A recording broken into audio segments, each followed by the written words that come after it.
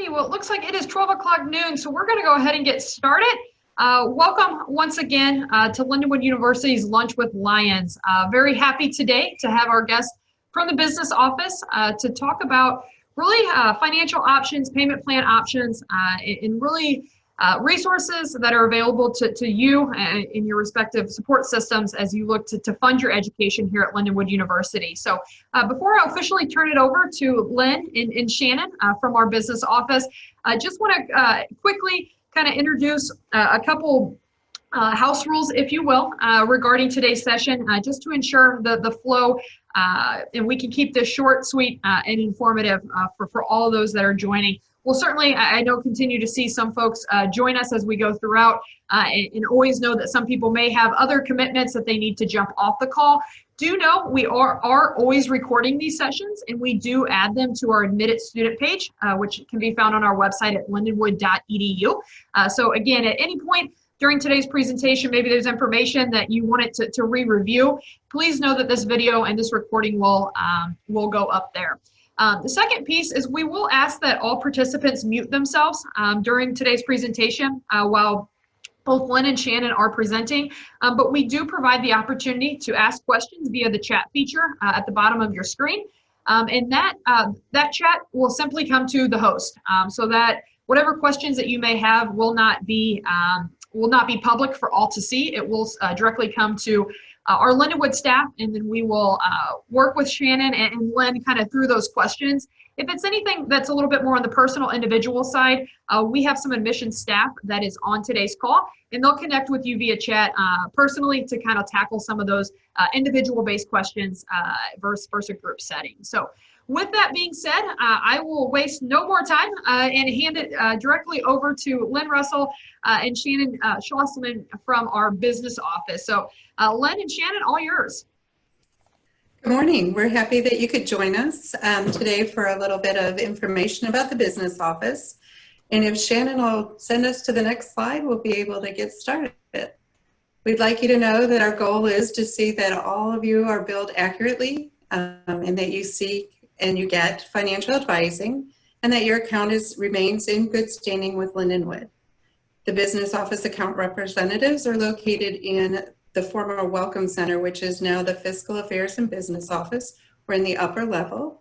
We do have a cashier in the Spelman Center on Main Street, and Zach is there to assist you in taking payments. We accept payments for tuition. This is what we do. We assist students with setting up your payment plan. We issue book vouchers to the on-campus Barnes & Noble bookstore only. We don't offer you a voucher to go outside of Lindenwood's Barnes & Noble. We do begin those 2 weeks prior to the start of school, and Shannon will let you know a little bit more about that. We do corporate invoicing, so if you work for a company that offers you tuition reimbursement, we have an account representative that will work with you and your company to get those benefits processed. We do military benefits to be applied to the students' accounts. We have a rep for that. We accept the outside scholarship checks and make sure they get posted to your student account. We also assist you with your 1098-T tax forms and Canadian tax forms with getting them processed to you. So if you do take advantage of an educational tax credit when you're filing, you'll want a 1098-T. You do have to have your social security number on file with us in order for us to process that for you. 1098-Ts will be mailed home, as well as they are accessible in your student portal. So those are kind of information that you really need to pay attention to, is that we have a social on file and that your address is correct with us. We also do the releasing of the diploma and transcripts based on whether or not the bill is paid. So we do that, and we also do the refund processing. And Shannon will share with you a little bit later on how that process works. So we wanted you to know that a lot of things may impact your bill. So you may get a bill that says one thing, and then a month later it might look a little different. And some of those reasons are that if you add and drop from a class, it can put you in a situation where you went from full-time to part-time. So you might have lost some scholarship, or you might have added some cost if you added a class. If you're a resident and you were in a single door, in a multiple room with 2 or 3 roommates, and then you decide you want a single room, that will impact your cost. Switching from a resident to a commuter might cost you. There might be some cost involved. If your financial aid isn't complete, but we thought it was, maybe you were selected for verification or something and just haven't gotten that information into us. If your FAFSA wasn't filed in time to receive your state grants, those things can all impact your billing statement. We have 3 undergraduate representatives that are more than happy to help you with any questions you may have. We ask that you talk to them based on the letter of your last name. So we've divided it. Last names A through G would be Shannon, who's presenting today. H through O is James, and P through Z is Kim. We do have a graduate representative as well. Her name is Shelley. And then we have some other representatives, like when I was talking about tuition reimbursement or military benefits, we have Kellyanne in the business office who would be happy to assist you with that. And Zach is our cashier and 1098T representative, and he's located in Spelman. Okay, so Shannon. I'm right, sorry. No, that's okay. I will go ahead and just stop sharing my screen for just a moment, and I'm going to get you guys into the student portal. We have a sample student that we're going to use, and just to go over where to view your student, your billing statement, how to get to it, and then let me bring back up screen sharing. All right, so we are on the Lindenwood homepage, and you'll go to portals, student portal, and we will go ahead and access the student portal.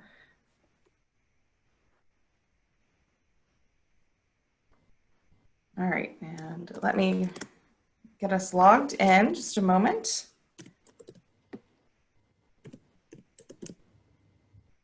And it is important that you are in the correct term. You'll see this term down here. You can select from different ones, but for today's purpose, we do want to be in fall 20 because we want to view the student's information and a payment plan for fall 20.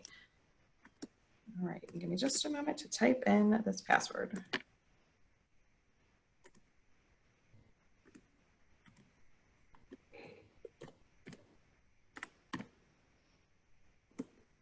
Okay, hopefully I got it all right. Okay, I did, awesome. All right, and then you can also view your student ID and the current term that you're logged in under. If you do need to change it ever, you can just hit the blue change and you can select a different term. For today's purpose, we are going to go get into the administrative services and go to the My Billing Statement tab. I think this has been my billing statement tab for a very long time, and I don't see it changing to anything else anytime soon. So this is this particular student's information. You can see the courses they're logged in, or enrolled in, and then all their charges are down here in their billing ledger. If you want to see any pending aid, which the student does not have any pending aid, that's because we don't have either a FAFSA or grants or anything on file. So we're not seeing anything. And if you're expecting aid to be on your account and it's not there, you do need to contact Student Financial Services because they're going to be the first stop for you to get that completed and input onto your account. And then the student is also a resident, so you can see pending housing charges. And this particular student is in just a shared dorm room, typical cost right there. And then down here, we mainly look at this overall balance. So this student does have a balance due of $13,675 for the fall semester, full-time enrollment, regular residential charge, and then any course-related fees. It looks like they do have one lab fee. So that's kind of your overview on the student portal billing statement. If you do ever need to change your term, again, it's up here next to the little printer button, or you can change it here at the blue change word. And sometimes it does default for whenever you're enrolling in for the spring term, it's going to default towards spring. So sometimes you do have to change that because of the default settings. So now I'm going to show you how to make a payment or set up a payment plan. That's just as simple as clicking this make a payment or a setup plan button. And it's going to redirect us hopefully to CashNet without any issues. CashNet is our payment processor that we use. They've really made this new payment plan system and payment service super user friendly, and it's a really attractive looking site now. It used to be a little outdated, but I think now we have it worked out really nicely. So you do need to, let me move this stuff over there. You do have to clear this notification. It is an important notification. It's just saying that if you do end up paying by an e-check, there's no fee. That's as simple as inputting an account and routing number. And you can use that from a checking or a savings account. It does not, if you're going to use a debit card, might as well avoid the convenience fee of your debit card and do it straight from a checking or a savings account. It's a smarter way to pay and you avoid a convenience fee. Now, if you do pay by credit card, we have different convenience fees charged based on whether it's a credit card from the United States or if it's a credit card, an international credit card. Obviously, the US convenience fee is 2.75%. You can see right here, and international is a 4.25%. We also do accept payments via Flywire. That's if you're doing an international wire transfer. Okay, so we'll clear that notification. So here you get your landing page. You can see the summary of the fall 20 balance. And from here, we can scroll down to make a payment plan and set up a payment plan and view our options. And if you ever do want to invite somebody to have access to making a payment on your account, it's not going to be managing it's not going to be managing your account. It's just if they ever want to make a payment, like if mom and dad don't want to have to log in every time, have you log them in every time, you can send them a payer invitation via email. And that's just gives them their own access to it. So for today's purpose, I'm going to show you how to set up a payment plan. So you're just going to click View Payment Plan Options. And it brings up this side screen over here with your 4 options for setting up a payment plan. Right now, since we are at the beginning of the term, there are 4 options. I do think you get fewer options as the term goes by. Let me see. We're going to, it's honestly, whenever you look at the payment plan, it's just breaking it into even payments depending on what days you want to do it. This one is is for August 15th and September 15th, and it breaks it into 2 payments. Again, 2 payments on September 1st and October 1st. This next one is 4 payments on August 15th through November 15th. And it's nice, it does give you a visual kind of, I know some people work visually, I know I am. But then it also gives you your payment schedule. So you can write these down, put a reminder in your phone, just so you know that the funds are coming out. And then obviously option 4 is 5 payments, and it goes August 1st through December 1st. I will say that there is a $20 enrollment fee for whatever plan you choose. And that's, it's standard right there. So let's go ahead and enroll in the 5 payment plan. All right. And from this landing page, it goes over kind of your payment schedule a little bit more in depth. You can print this out. It does tell you have a finance charge. It's a $20 enrollment fee. And we're just going to scroll down. That's more of an informative page. If you want to, these are the terms and conditions you can read. And I do recommend that you read them just to make sure that you fully understand your payment plan. But for today's purpose, we will just hit continue. So need to enter in this stuff, and you do have to include the dashes and the slashes. So it will not accept it if you do not put those in. And what's important to note on this page is that this date of birth can be any one that you choose. It does not have to be the students. It does not have to be the parents. This is because you have to include this because if you ever have to contact CashNet directly, they will ask for this enrollment information that you provided to further, it's like an authentication step to make sure that they're actually talking to somebody who has authority on this account. So I suggest whenever parents and students ask me about this to use the student's information. That way, if it's the student stuff, it always stays the student stuff. It's not a question of who set up the payment plan. It's whose account is it? It's the student's account. So That's my advice, just to keep it all congruent. So we'll hit continue. And it does first ask for you to pay the enrollment fee. This student already has a credit card on file, so we are going to hit continue, and it will charge that card right now whenever we click through the terms and conditions. All right, so then it will send an email to the personal email address that we have on file. It does not send it to your student one.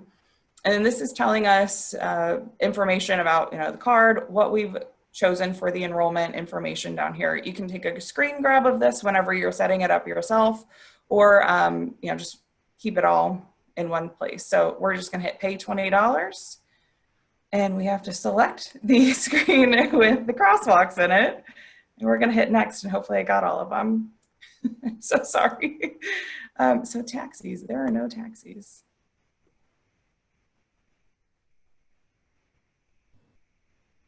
Just making sure you're not a robot. Okay, so now we do need to go and set up the auto pay feature. So since we chose the 8-1 payment, we will be, your payment amount today is going to be your 8-1 payment plus the $20 fee. We're gonna hit I agree and continue. This is just, again, asking that you've read the terms and condition. It's going to charge you a convenience fee, especially now that we are setting up the auto pay feature. So we're going to hit continue. We're going to pick the same card that we had on file. It's very user-friendly. It's very simple. There's not a lot that there's left to question. This tells you your auto pay schedule and that you will be charged the $75.21 convenience fee charge because you are set up on a credit card for your auto pay. And auto pay is required to be on a payment plan. And if you have questions about this, contact your account representative. I will have that information at the end of the PowerPoint. So that's, we have to acknowledge terms and conditions again, and we will hit continue. Again, it's going to send all of the information to the student email address, and then it gives us our card information, and we will hit complete. No fire hydrants and motorcycles. Okay, so now we're all set up. And the confirmation email was sent to our personal email address, and we can go back to our overview. That's really as simple as it is. Pick your plan, put in your card or account information, and hit setup. It's very, very simple, very user-friendly. If we do need to go in here and check what we did with our payment plan, we can get more information here. That's what we have. You are successfully set up on the auto pay. And you can also go over here to payment plans in this black managing tab, and I believe, let's see, view, I apologize, I haven't done this in a day or two. That's not what I wanted. I'm sorry, you go to the student's name. This is where if you do, accounts get compromised, we understand that you lose a credit card. If you do need to change your payment information, you'll click on the student name and you can change your payment method. You can also send a payer invitation from here. This contact information you cannot change. You do have to contact Lindenwood University to change that, and you would specifically contact academic services to do a change of address form. I'm not sure, I don't know many students that have signed up for the text message notifications, but you can try and do that here. I'm not certain on how that works. So anyways, that is setting up a payment plan. Making a payment is also very simple too.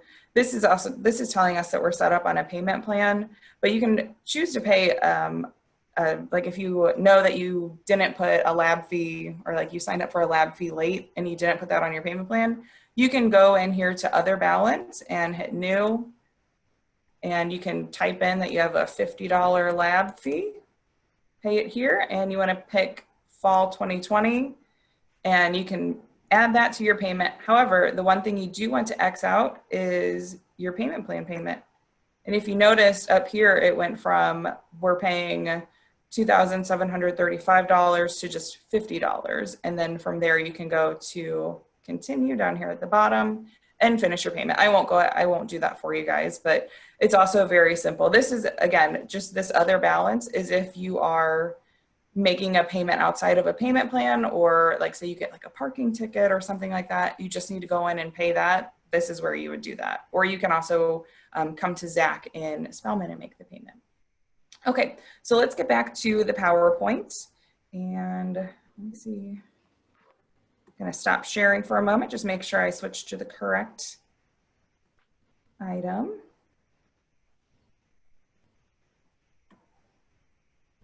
And share. Okay. Let's go. So now tuition due dates. We have fall is coming up on Saturday, August 1st. So get your questions in now. We are very busy, but we are absolutely trying to get to everybody who has questions. So August 1st is the tuition due date for fall, and then spring 2021, that is due on January 1st. Which we are not in the office on January 1st. We thankfully have that off, but we are in the office and available to take questions on or, before or after that too. And really what tuition, the tuition due date is to have a payment plan in place or have your balance paid in full. That's really all we ask. And if you do have questions, again, contact us or Student Financial Services if you're needing loans. Okay, refunds, this is a big one. When do I get my refund?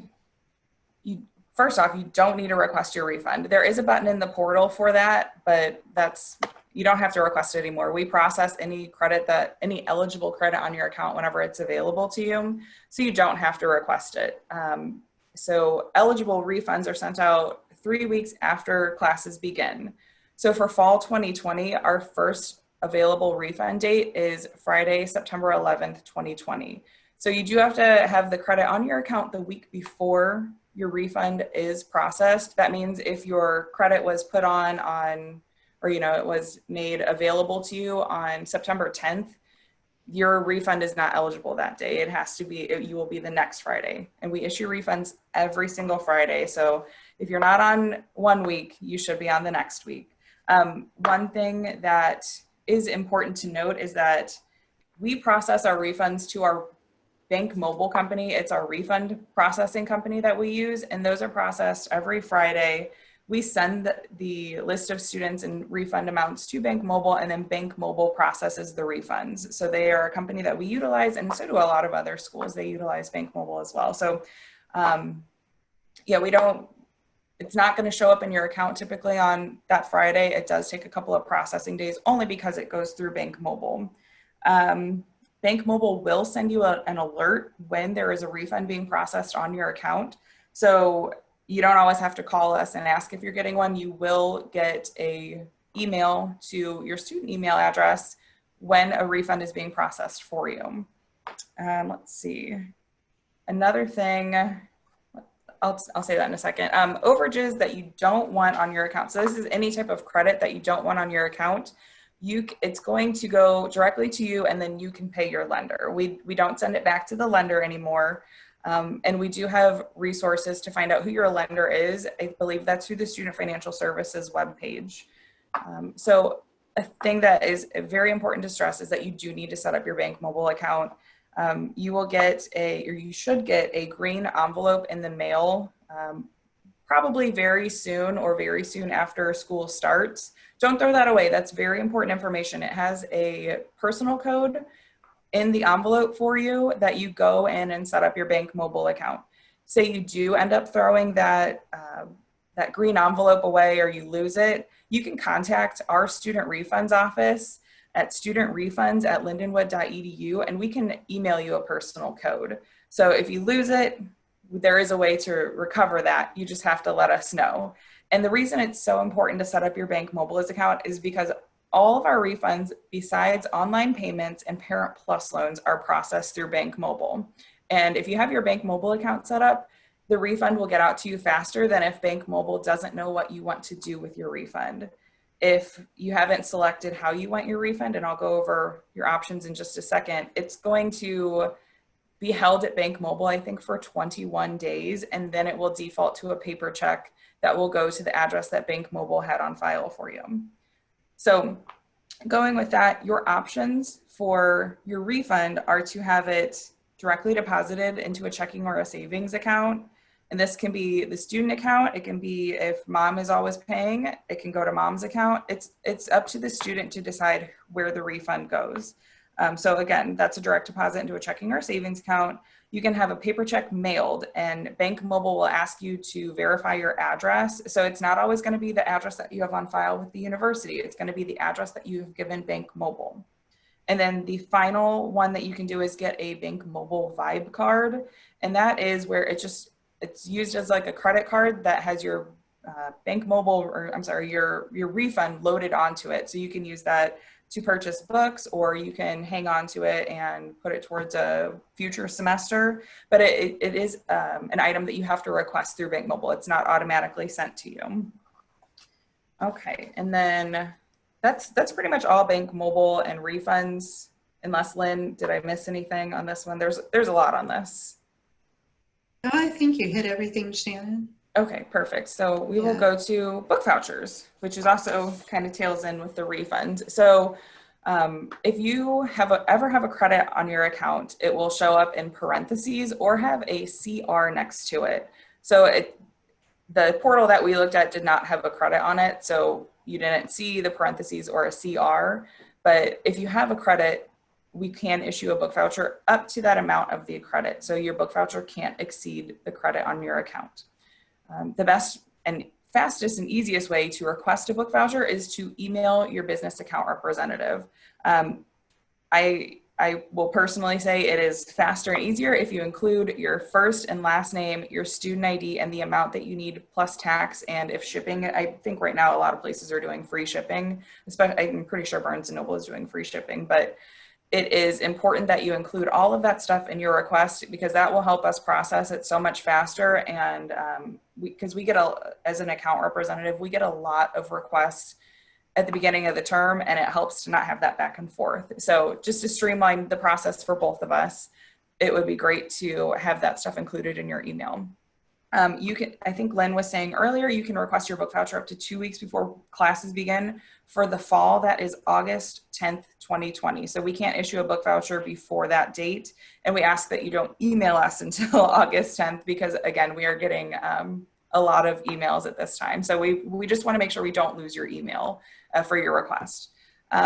If you are eligible for a book voucher after requesting one from us, we will email you back with more information. It's usually the amount that you've been approved for and the date that it expires. Usually some of us have a little bit more information in our emails, just where you can use it, that kind of stuff, which is only used at the campus Barnes & Noble store, but we just like to reiterate it. But yeah, we give you pretty much all the information that you need, and we try and make it as streamlined as possible for you as the student. Okay, so these are our main undergrad account representatives. I am A through G, Shannon Schlossman. Then we have James Rollins and Kim. And I will say it is very important that when you're emailing James Rollins, you put the 1 after his email address, because otherwise you're going to get the wrestling coach. So you just want to have that. And then and that pretty much concludes our presentation. I know Kara wanted to open it up to questions, so ready when you are. Thank you. This just a plethora of information, all fantastic information, just kind of talking through the different options and avenues. So I appreciate you walking the group through both the student portal, where they kind of find what that billing ledger looks like, and then options to kind of settle any balance that may be existing there. So a great question came through in regards, is there options to have multiple people help pay a balance? So maybe if the student themselves is planning to contribute a portion, and then their support system another portion, is there an avenue via the payment plan options to do that? For that, you would want to contact your individual account representative, because it's kind of a loaded question. But yes, there are options for that kind of stuff. It's just best to work it out personally with your account representative, because some of that has to be a manual setup, or at least we have to figure out how we're setting it up first. It can't just be done on the student end. It has to be set up with your account rep. So yes, it's possible. Just contact your account rep. Fantastic. You mentioned both the book voucher and refunds. Where is I guess maybe the easiest place for a student or their family to go to determine if they are eligible for either of those? It would be best to go to the student portal and look at your billing, the My Billing statement, and that's going to show you again if you have a balance, or I'm sorry, a credit in parentheses. That's whenever you know that you either have a refund available or you can use that credit for a book voucher. So through the student portal and the My Billing statement, looking at that overall balance. Fantastic. I think this next one's a great problem to have. So if in the case that they have settled and they have put a plan in place for the balance that they have, but they anticipate some type of additional scholarship coming in, how will that work? Will that go as a credit, or will they be refunded? Will that payment plan change for them based on that additional aid? So you can do a combo of items there. You can first, I would suggest, if you know and you have a scholarship award email or letter, send it to Kellyanne. I don't have her contact listed up here, but send it to Kelly. She is our scholarship representative, and she can actually work with Student Financial Services to get that packaged onto your account. So we can either pre-count it towards a payment plan, so you don't have to worry about that in the future. We just kind of anticipate the check. Or if you do, say you get awarded in October and the scholarship is coming directly to Lindenwood, you can go in once that scholarship check is awarded to your account, you can go in and edit your payment plan. I think it's called a plan consolidation, and it should pop up as like a notification or alert whenever you log into your, you go through the My Billing Statement tab to CashNet. It should come up as an alert. So there's a couple different items there. Or if you do just have it applied as a credit, you don't want to change your payment plan, it can be refunded, and then you can use that for the following term, or if it's specifically for books or something, you can do that too. So there's options for that. Just kind of have to see what your preference is, so talk to your rep. Okay, fantastic. Another great question regarding the Barnes & Noble First Day ebook charge. How much do you know about that, and can you share with the group? I know a little bit about it. I know it's mostly charged to accounting or like finance courses. So if you're not sure what it's for, it's usually for an accounting class. It is an optional charge, so you don't have to accept the charge, but you have to, if you don't want the charge, you have to opt out through Canvas. So this is through, the classroom kind of platform, Canvas. You have to opt out through Canvas, and that has to be done, I think, within the first week of classes. Mm-hmm. I highly suggest talking to your instructor for that class to see, they might be able to recommend something, or, tell you if it's worth it. I don't know a ton about it per each class, but I would strongly suggest talking to the instructor before you decide that you don't want the charge.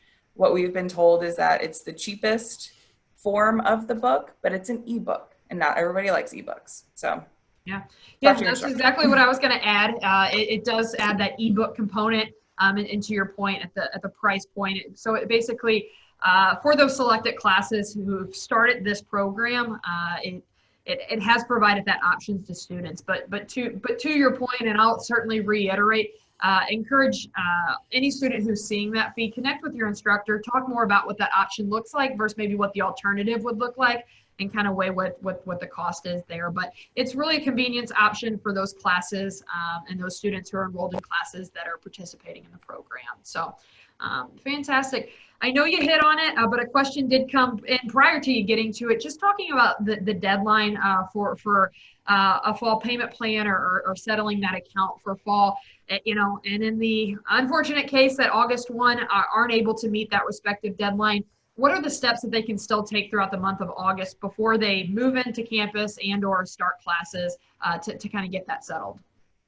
So first and foremost, I would totally recommend contacting your account rep, because we understand, like, especially with the current situation, of COVID, things have changed drastically for some families, and reach out to us. We're more than happy to work with you. And I know we still have students who are getting enrolled right now, so that's awesome. But I understand, you know, coming up with tuition payment by Saturday could be a bit of a stress. So just contact us, let us know what's going on, keep us in the loop. We would appreciate that more than just like, you know, radio silence, because that's always, that's a hard thing to, you know, whenever you're emailing like, hey, what can I help you with? And then you don't say anything to us. We can't help you if you don't let us know what's going on, but we can usually figure out something or get you in contact with, you know, a better resource if we can't help you. You know, so just reach out to us. Honestly, that's just don't be afraid to talk. Ask your questions. Fantastic. Obviously, you've got phone number, email addresses here. I know something else that we've been leveraging is much like we're doing today, some kind of face-to-face video options. Is that something the business office is also to set up with maybe the student and their support system to kind of talk about it as a family and as a group on what their options look like? Yes. So we do absolutely set up meetings virtually. I've done a couple myself this summer. And it's really nice because you don't have to, you know, pass the phone around or sit on speaker. You can actually like, you know, talk to people. And we do that right now. You can just request to have a meeting with us, or I do think we have something in the works probably next week that we will be sending out more to right now to our freshman students or incoming students. But we do absolutely meet with you guys virtually. I prefer it. I kind of miss the interaction, having a family sit at my desk. So it's just, you get to sit at your desk and I sit at mine. So yeah, request a virtual meeting with us. We will send out an invite to you.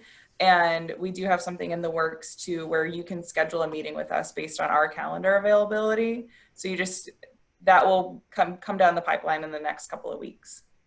Fantastic. Fantastic.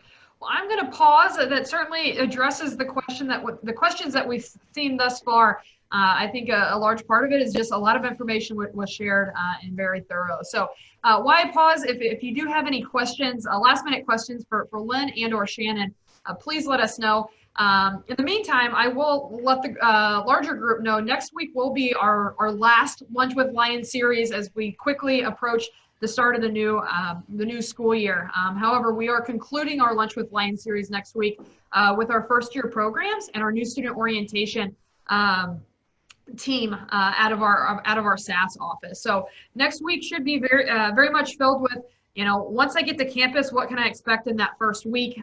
As a new student to the university, what can I expect in my first year at Lindenwood? So looking forward to having both Sarah and Brooke on next week to kind of talk through some of those pieces. So with that, we'll say kudos because no additional questions came in. It sounds like questions have been answered, but can't stress enough. Please, you know, take down the phone number and the email address that's on your screen now. And again, that alpha range is by last name. Connect with these folks. They are your resources. They are the experts in what your options look like. And is, you know, to kind of echo Shannon's sentiment, you know, let us know what's going on. Let us know where you need help and let us utilize the resources that we know that may be available to you to settle that. So with that, Lynn, Shannon, I appreciate your time. I know this is a crazy busy time of year, but very helpful information, and we certainly appreciate you joining us. Until then, we'll see everybody next week. Enjoy your week. Thank you. Bye.